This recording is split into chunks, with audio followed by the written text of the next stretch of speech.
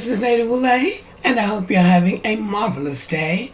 Thank you for your support. Thank you for subscribing to the channel. Thank you for your thumbs up, for your comments, and thank you for sharing the videos.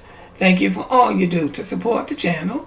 And yes, we are commanded to love one another, whether we want to or not, or whether we agree with each other or not. Now, y'all, I'm just going to call a spade a spade. One or both of these two men need a spanking. They need a spanking. There is no reason for them to be carrying on in the media the way they are. Stephen A. Smith and Jason Whitlock carrying on like kids on a playground. Two playground bullies bickering back and forth with each other. Now, we know even in the case of two bullies, somebody had to start it. Now, the question is, who started it? They are actually operating in two different realms, two different environments. There's really no reason why they should be having this ongoing fight or beef, except it comes back to what I always believe about black men, and that is that they don't like each other. They don't like each other. And I believe that this goes to jealousy. And in one video, somebody said, well, they don't like each other, but it's nothing compared to how they feel about black women. But I think black women are just in the mix because we're black. But the main problem, I believe, is their own self-hatred and the hatred they have for other black men. And this really is ridiculous. And this is why black people really should speak on this and call this out, because this doesn't make any sense. Jason Whitlock seems like he's picking at Stephen A. Smith all the time. And really, he looks like the one that's jealous. There would be no reason for Stephen A. Smith to be jealous of Jason Whitlock. Let's face it, there just wouldn't be.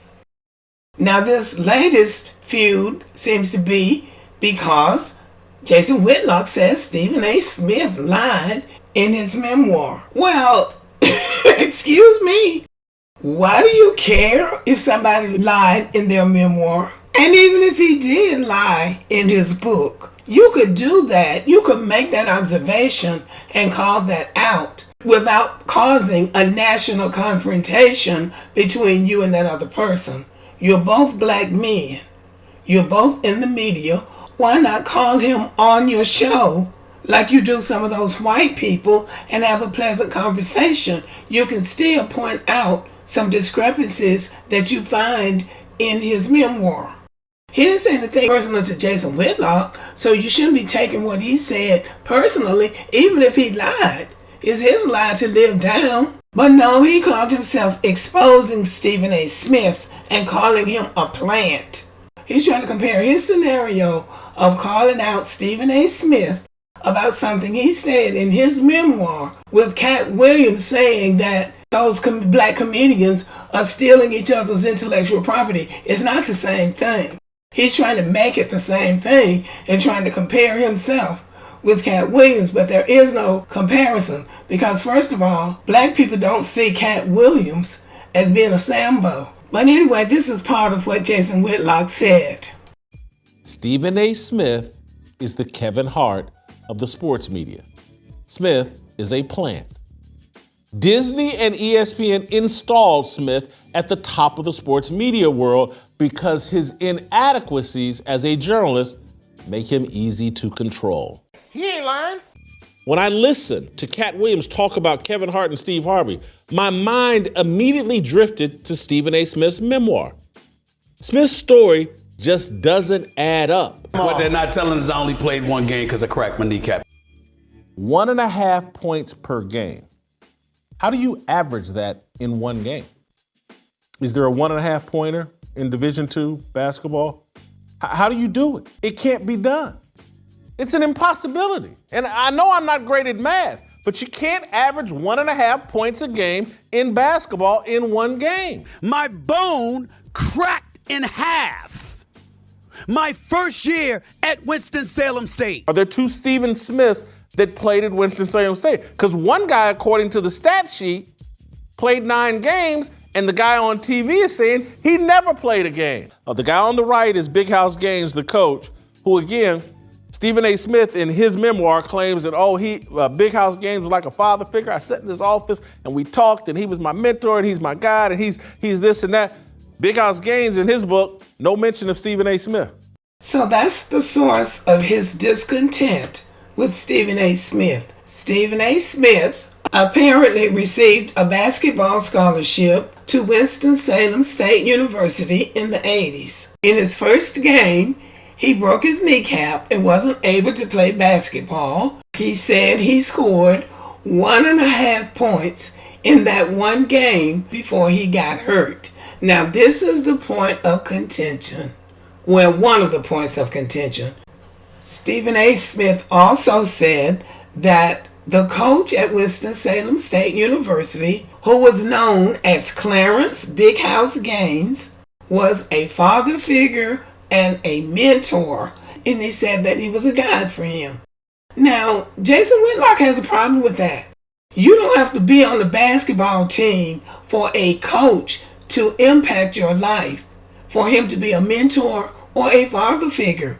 Because just because you're not on the basketball team does not mean you're not coming in contact with that coach.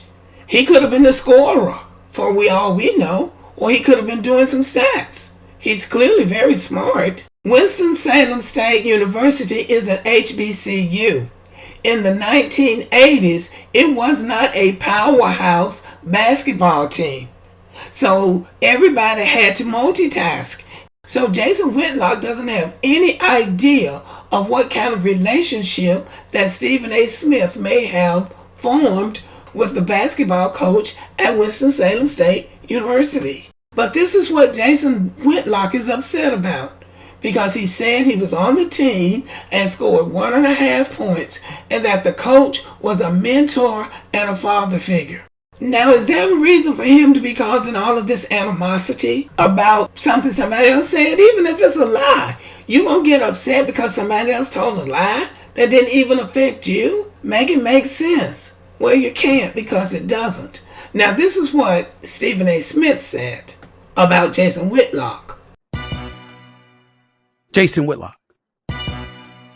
I said that name. It's not a name I've uttered. I normally don't do that, but it's necessary to do now.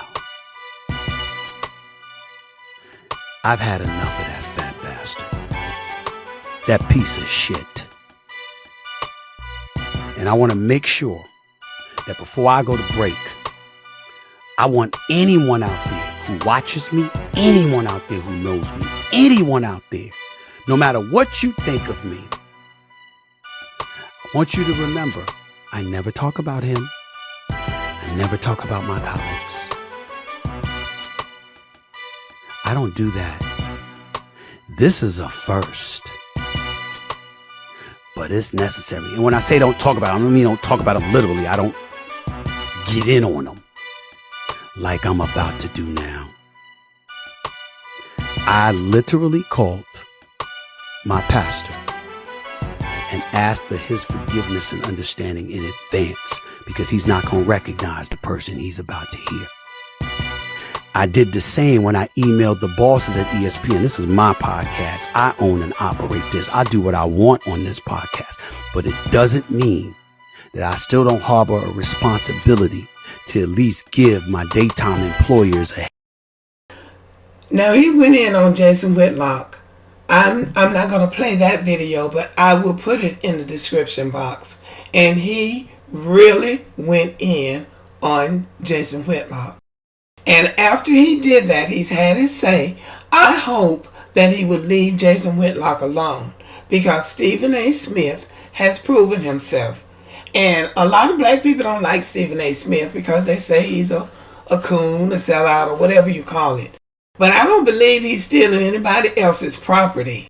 And I don't blame a black man for making a living for himself. Jason Whitlock thinks because he went to school to be a journalist and he has not fared as well as Stephen A. Smith, that gives him the right to go in on Stephen A. Smith because he didn't go to school to be a journalist. But the proof is in the pudding. It doesn't matter what you go to school to be. At the end of the day, it's the quality of work that you do on the job. Stephen A. Smith has charisma. Now, people may not like it, but he does. He knows how to engage an audience. He's a loudmouth. He's a blowhard. And I don't listen to him all the time. He's just a black man out here making a living. Now, I don't know who he's hurting, and y'all will let me know. But at this point, it just seems like Jason Whitlock has it in for Stephen A. Smith because Stephen A. Smith is more successful than he is. Stephen A. Smith has the look that they want for a sportscaster, more so than Jason Whitlock. And then Jason Whitlock doesn't take what he does have and make the best of it. For instance, it wouldn't hurt for him to lose a few pounds and get a stylist and change his attitude. He's sour, he's petty, he's petulant, and he just comes across as being unlikable. And you can be overweight, you can be, not the most gorgeous person there, but you have to cultivate your personality and coordinate your look to go with the audience. Everybody has something attractive and appealing about them. But you have to find your own sweet spot, which he hasn't done.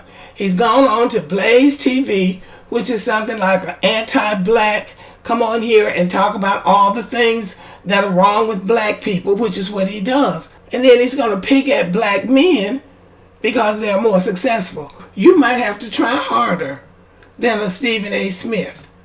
But I'm sure Stephen A. Smith would like to have played basketball, but that wasn't for him. So he found what was for him and worked that. But anyway, it's not just Stephen A. Smith. Look what Shannon Sharp had to say about Jason Whitlock. Oh, right. I don't mess with him. I don't mess with him. He knows I don't mess with him. He likes to bring my name. Fox tried to feed him some information about this and that, and he threatened. I don't get into all that. I just look. I know who I am. I know what I am. Okay, y'all say all y'all little stuff because see the problem that he has with me. See, and this is what a lot of people have that are journalists. You see, I can sit at a desk on ESPN or I did it at Fox, and I can do what they do. They could never live in my world. They could never play pro sports. So now, not only could I play sports and I was damn good, I can sit across and I'm more entertaining. I'm more informative. I'm more educational than you. And see, those that can do, those that can't talk. You see, all they can do is talk. I could do. That irks them. Yeah. It irks them that somebody from rural South Georgia with a lisp that overcame that can do this. It bothered them. So based on what these men are saying, Jason Whitlock is a hater. Post-traumatic slave syndrome keeps coming up. At the base of it is self-hatred, and that hatred spills out onto other black people. It is the work that we have to do as black Americans. Black people have to keep calling this out. And I think several people have called this out about Jason Whitlock. It may be true that Stephen A. Smith exaggerated his memoir or lied. But there is still a delicate way to handle it because, let's face it, he's not the only liar in the United States. So there's a better way to handle it than to try to embarrass him and try to make fun of him, because most people are going to say that you're doing it because you're jealous. But y'all, let me know what you think about this. Thank you for listening. Subscribe to the channel, give me a thumbs up, leave a comment, share the video, and as always, have a great day.